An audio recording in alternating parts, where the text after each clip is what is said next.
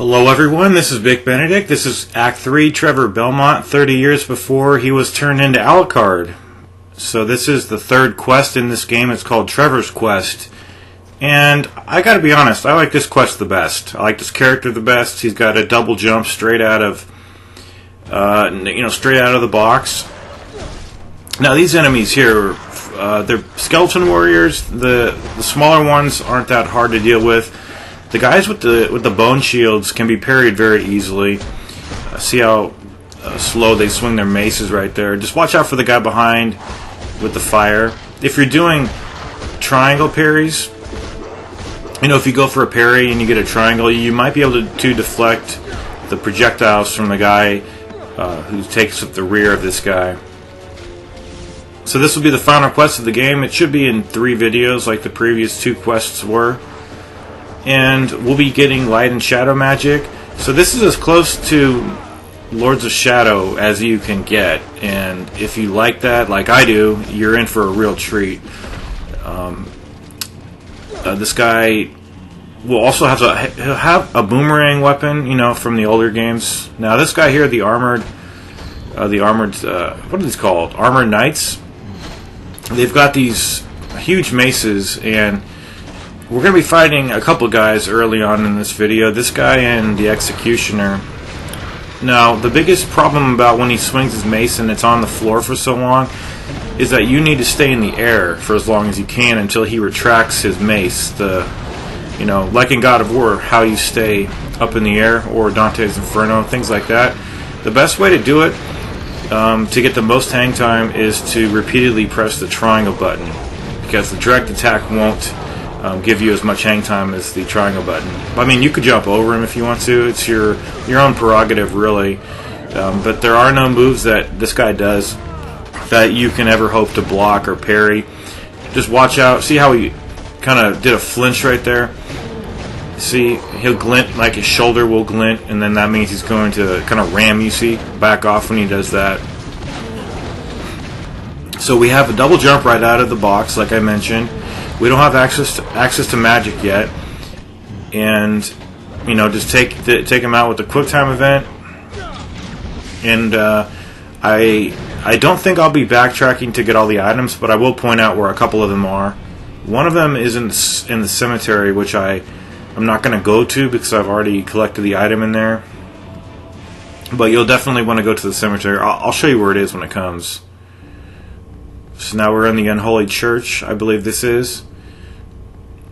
And is there a battle in here? No, there's not a battle. This is just where you get the boomerang.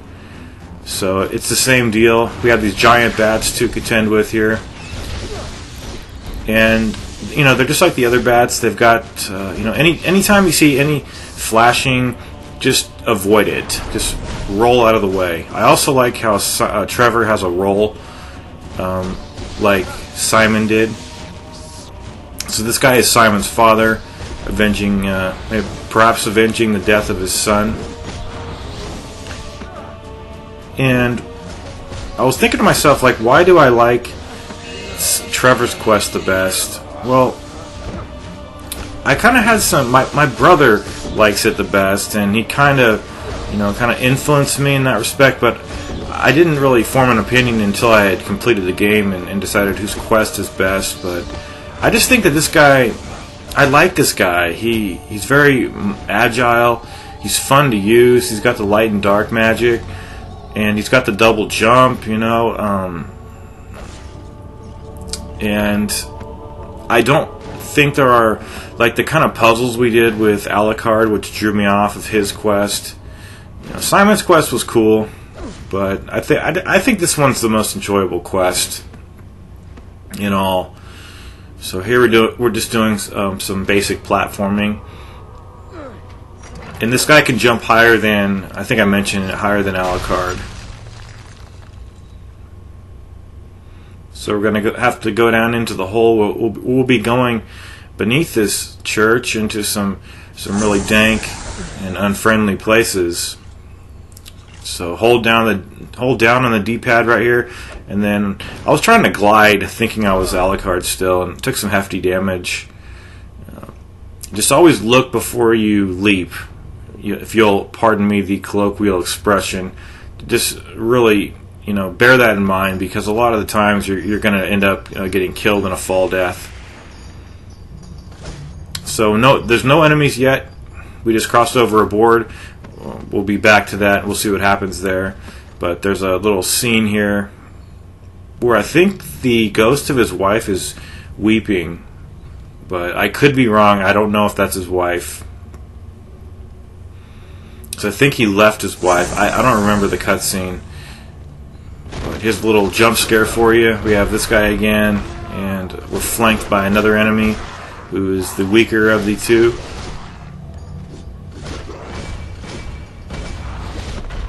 I really like that move. I have discovered that the button press, you can actually do that just by holding down the triangle button. But I think it takes longer than pressing square, triangle, hold triangle. Anyway, now we're going down here. And the crypt itself is up one floor next to the gate that we can't go through, where his wife was sobbing. If that was his wife, they're up and to the left. I think I go over there actually to finish this guy off. Do I? Yeah. See that? You need shadow magic to open that door. So you're going to have to do some backtracking. See, shadow magic will open that, and I'm definitely going to come back and get that. So when you're rolling under those crevices there, some hands will sometimes try to reach out and grab you. There is nothing below except a scroll in case you haven't got it. Then we're going to pull this lever, and it's going to open this door. But you may notice or hear on your own campaign that see the hourglass? It's a timed event, but it's extremely simple to meet the time requirement. Even if the hand grabs you there, you're not going to have any issue. There will be one skeleton in the doorway always. By the way, the cemetery is right above, right there. Just double jump up there. So you can either choose to kill that skeleton or ignore him. Now this we cannot interact with until we get the light magic, so we'll have to come back here.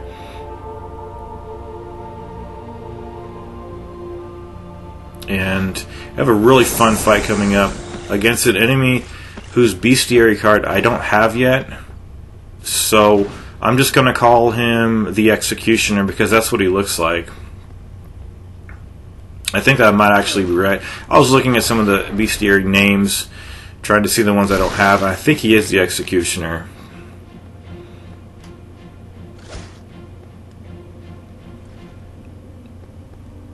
So we still have the Shadow Claws from Alucard. See how everything carries over. I no damage this guy, and that item right there, I think. Well, I don't know how to get it. I forgot. Sorry about that. You might be able to jump over the gate, but I did no damage this guy, and he's pretty damn easy. But it's fun. That's kind of how this game has turned out to me. Just mildly challenging, but very, very fun. Okay, so he's got that move, and I swear, like, there was an enemy in which game was it? Another Castlevania game. I think it was Castlevania 4. Was it? I don't know. I can't mess around thinking about that right now. But he's got this huge blade, and he's not going to start charging us quite yet. He'll do that one move, and you need to get out of the shockwave radius. So when this cutscene happens, he's going to start charging, and you're going to get this little prompt here. Sometimes you'll notice that there's a little slowdown, and sometimes you might jump earlier than necessary or later than necessary, just because the little slowdown of the tutorial screws you up, and it happens every single time. The tutorial, that is, they should have it on there just one time, but anyway, so there is his charge. He will do another move where he like lunges and does like a belly flop or something onto the ground, and you'll be shown how to do that. This particular QuickTime event doesn't take away any health provided you tap the triangle button at the right time. Well, not at the right time, just any time. There is what I would consider a critical hit in this game that you can do. Right here, see, forward with the left analog plus L2. If you press like 4 squares and then delay for a second, you see me do it a lot. It often, the final one, when you throw a 5th square down, you'll often get the enemy to flinch. And you might want to try that. It's like it's several squares, and then you hold, and then you wait for a minute, you pause, and then you press it again. But as you can see, this guy is just meat. He's very easy. Just take him out. There's no quick time events. We're spared those. We really don't need those in this game anyway. And then we will be moving on to the next section once we ascend these stairs over here to the right. So just keep moving forward. You're going to get a cutscene, which I edited out. I also wanted to mention that I kind of disparaged the whole note process in an earlier video, and that was uncalled for of me. That was really disrespectful of the game, and I apologize. It really is wise to jot down a note in this game. It doesn't take too long. I mean, you could simply put one character at the location where you need to, because it's so easy to forget things. I thought that having the hints would tell me all the secrets, but it's not the case. So it's really bizarre in that respect. So it's super helpful. I mean, really helpful to leave notes for yourself. Now, this battle down here, you don't have to do it this way. I'm just doing it the hard way just because I wanted the challenge.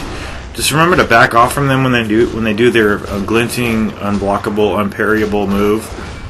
But if you want, when you jump down here, you can throw a charged up boomerang at the guy to the left who spawns first if you want to take him out. If he's guarding, though, you're not going to have any success with killing him. If he's not guarding, you could kill him in one shot with a charged boomerang. Other than that, this seems like it's an impossible situation, but as you can see, I think I got 3 parries and just murders these guys. You also might want to focus on doing the triangle parry because it'll hit both guys. But here's the hidden item down here, which is actually a health upgrade, which I'm going to get in a minute, but I was just going to show you how to do this.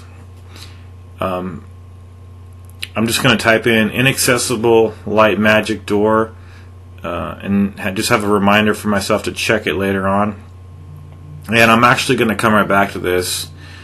So all you need to do is, once you press select, you press the X button, and then you can go into the notes setting and type whatever you want to remind yourself. It's actually it's pretty neat. I like it.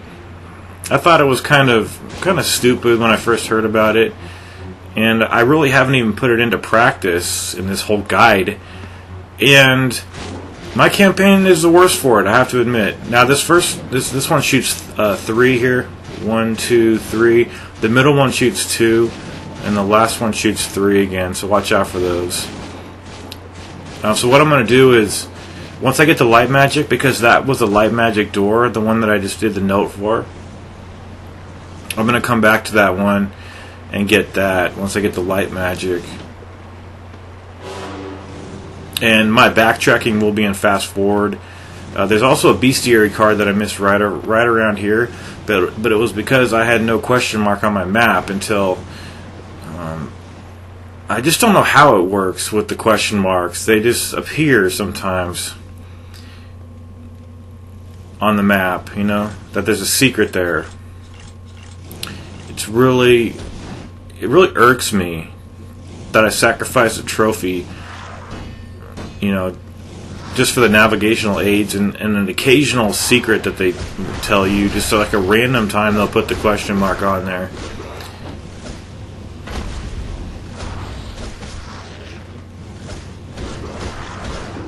So here's another guy. No, these guys actually have a decent amount of HP. I like fighting them. So here's the little piece of the mirror that he got fallen off of his person in the struggle. Oh no, that's the light magic medallion, my bad. I'm an idiot, sorry about that. I also put a note over in this location because I wasn't sure what exactly was in this venue, but I didn't know that I would be coming right over here, so I deleted that note.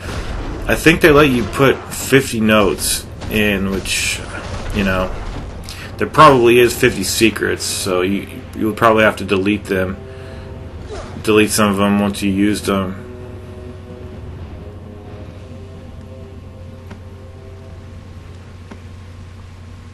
So just don't fall on the rocks, you'll get instantly killed, and then just jump over here. Here's a light magic medallion. There is, if you'll recall, I also went back to the location where that shadow magic door was in the beginning of this chapter to get, it's a magic upgrade. It's one of the yellow boxes. So now that I have the light magic, I'm gonna backtrack, and this is gonna be in fast forward speed here because I've already done it. I mean, we've already covered this ground before, and it doesn't take too long. And they honestly don't give you too much magic and health with these upgrades. Check it out. I mean, look how much they give you. It's very minute. I mean, there's probably like 5 more upgrades left. Anyway, the bestiary card is right here, right up there. So me backtracking is going to be in fast forward as well. So that enemy was the executioner. I was correct.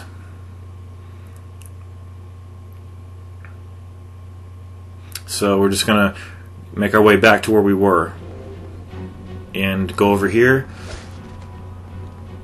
And now that we have the light medallion, we can interact with this, and it's going to allow us to go down in the well there. So anyway, we're gonna hop on down this shaft here and get a really bad checkpoint here.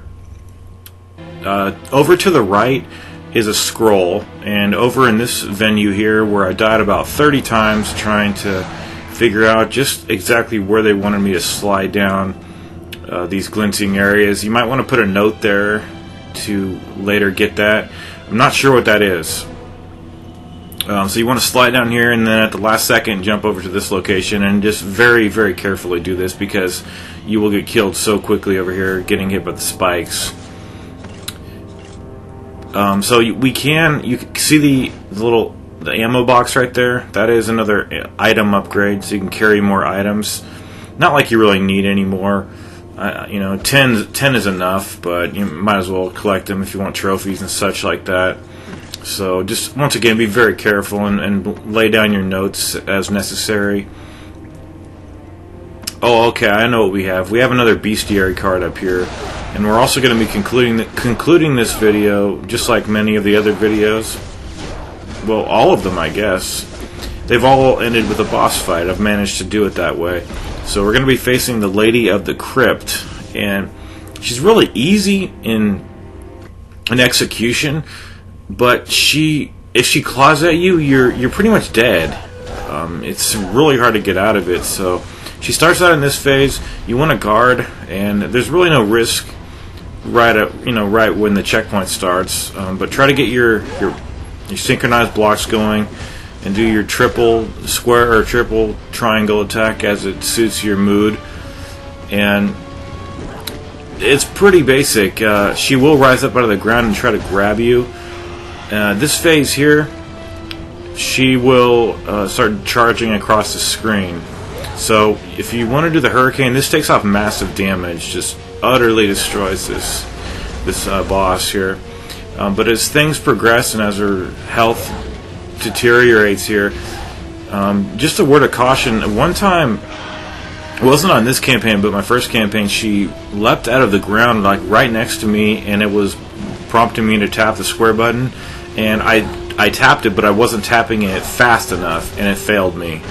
So a lot of my other deaths, just pretty much if she hits you, you're dead. I mean, not really, but it's really damn hard to get out of her claw attacks. So she's either, I mean, she doesn't have a big assortment of moves. She'll either just try to claw at you, and you could block and parry. I don't know about blocking, but it really works out for parrying well. So there you go. Just tap it really quickly, and when she does that, just she'll give you plenty of time to beat up on her. Just really move around a lot, and then when you sense that she's coming out of the ground, the safest way is to actually just be in the air so she can't start clawing at you or grab you. But it's a really weird boss fight.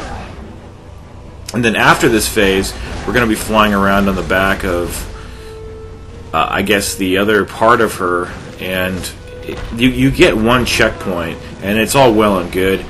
But they give you less than a second to press these buttons here, so it's XX, and then you got to hold the R2 button, but you can't hold it before they want you to hold it. Otherwise, you'll just fly off. So I think we're going to be pressing X again, and it's just one of those things where you keep dying until you remember the pattern, the button pattern. I think the checkpoint is like right over here, but like I think we've evolved beyond games doing this kind of bullshit. It's just so stupid at this point. So this is the checkpoint area right here. You're just holding the L2 button, and then I'm serious, like less than a second, and you'll just fly off. And it's just unacceptable and just really fucking stupid. These kind of things, we don't need these in games anymore. But yet they continue to be a presence. So anyway, that's the first section of Trevor's quest. I'll see you in part 2 of said person's quest.